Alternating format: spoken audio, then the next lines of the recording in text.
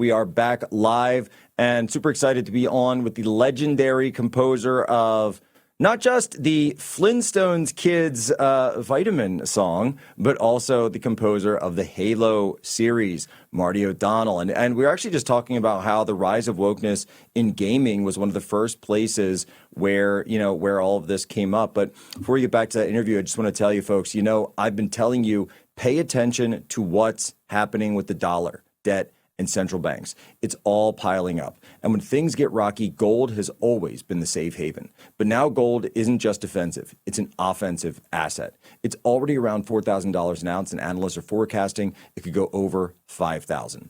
That's why I've been working with my partners at Allegiance Gold for the past 3 years. They help you protect your savings and retirement with real physical gold and silver, not paper promises. And right now, Allegiance Gold is making it even better. They'll donate 1% of qualified investments from my audience to Turning Point USA or another great America First organization, in addition to the 1% you already qualify for. So you can protect your wealth and support the movement at the same time.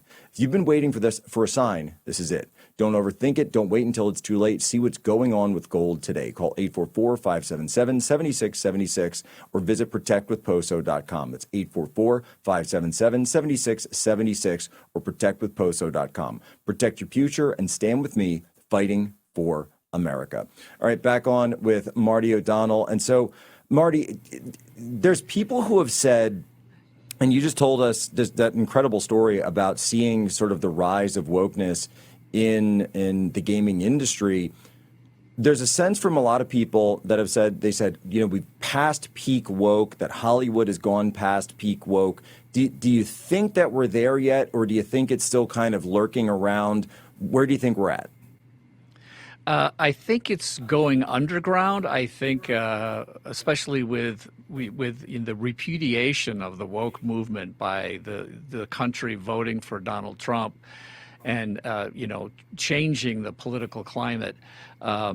It's wonderful to see these DEI programs go away, but I don't think they're completely gone. And I think we have to be pretty vigilant because they're just, some of these HR departments are just kind of being renamed. They rename it to something else. So I think we have to keep stomping on this thing. Meritocracy needs to be the rule of the day, and so we have to stay on top of it and watch for when it pops its head up again.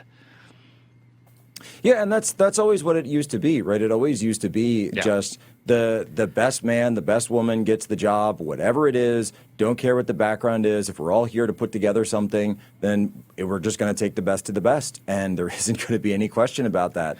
And somewhere along the line, these wokies got in and started saying, "Oh no, you got to change your percentages, and you can't have female characters that look like that, et cetera, et cetera." And then inevitably, it just ruins the product. Yeah, and like I said, when I was making games, our slogan was, "We make games that we want to play."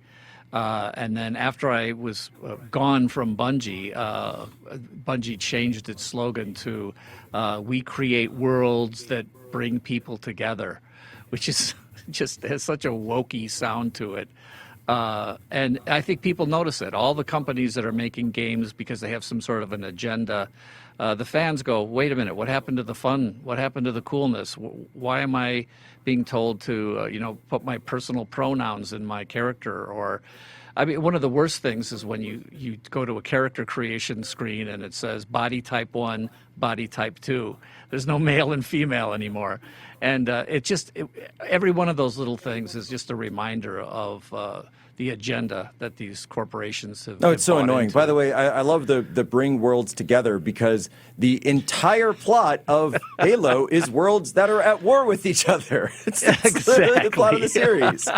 It's a war game. And the other thing, one of my favorite little slogans that Bungie had way back in the day was, "Kill your enemies, kill your friends' enemies, kill your friends." Well, and that's what it was. I remember, I remember playing those games, and in the early days, kind of and I'm, maybe dating myself a little bit, but even back to the first Xbox, that, it wasn't the online play that was the, that was really at the forefront. It was getting your friends, 3-4 friends together in one evening and having a party and lighting each other up. Yeah, you're all on the couch, exactly. right? And that's what you're doing. So yes, absolutely. I was, killing my friends in Halo. And having a blast doing it, and knowing that Exactly. there was nothing serious about it. It was just a slightly more adult version of playing, World War II when you were a kid, or playing Cowboys and Indians or whatever. It was your friends running we're around. getting canceled now. You I can't gotta say that anymore. Cowboys and Indians. Yeah, I know. Well, that You know shows what's my funny age. is But it's funny you mentioned that. Total aside, but my kids who are 7 and 4, they were.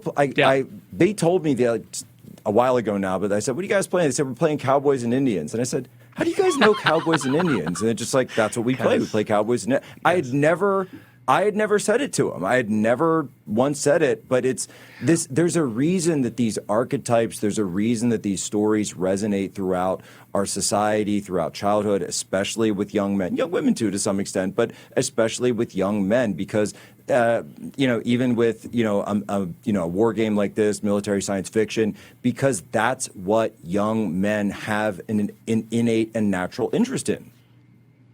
Yeah, and I have 3 grandsons now. I raised 2 daughters, and by the way, both my daughters were somewhat interested in the games that I made and played, but they never got quite as addicted to it. But my 3 grandsons are, I can see it already. They are.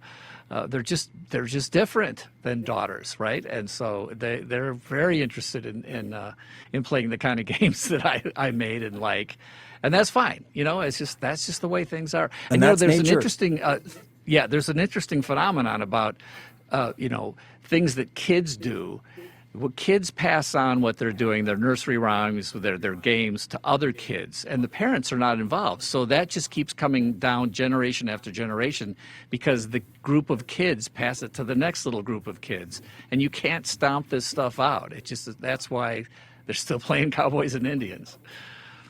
So you're running for Congress. You've switched that over. Tell me a little bit about the race. It's Nevada 3, Susie Lee, the Democrats in there. It's a district that Trump won. She only won by about 10,000 votes. You're running 2026. Walk us through it real quick. 2 minutes. Yeah, sure. I am very interested in flipping this seat, and so are the Republicans in Washington. Obviously, Susie Lee is just a mouthpiece, a rubber stamp for the Democrat Party. I'm a lifelong conservative. I'm a huge fan of President Trump, and voted for him 3 times, and I'm looking forward to being support in the midterms so that we hold the House and keep the Trump administration going for the full 4 years. I'm also super interested in working, to make sure that our country can have it so that one good job is enough to raise a family. And we need to get back to the idea that you need one good job, and you can raise a family. You can have a pizza on Friday nights and maybe take a vacation and raise your kids the way you want them to be raised and get them in schools that you want. And we need to get back to that sort of economic situation as soon as possible. And I think President Trump and his administration is the way to do it. Well, that's incredible. Well, Marty, you've got my support, because we know that we absolutely need fighters in there, someone who's seen wokeness from inside the belly of the beast, someone who understands what it's like to go up against that industry and, by the way, be able to speak truth to power, and someone who just gets it, someone who just absolutely gets it. Where can people go to get more information to get involved in the race? Go to martyforcongress.com. You can also go to martyforcongress.vote. Either one will take you to the exact same place. And, register. You can contribute, of course, we need it because it's a national race and there's a lot of Democrat money is going to come in against me. But just registering so I can keep in touch with you is a wonderful thing. So martyforcongress.com. All right. And what can I say? What can I say? Incredible interview. Thank you so much. Honored to have you here. Ladies and gentlemen, as always, you have my permission to lay ashore.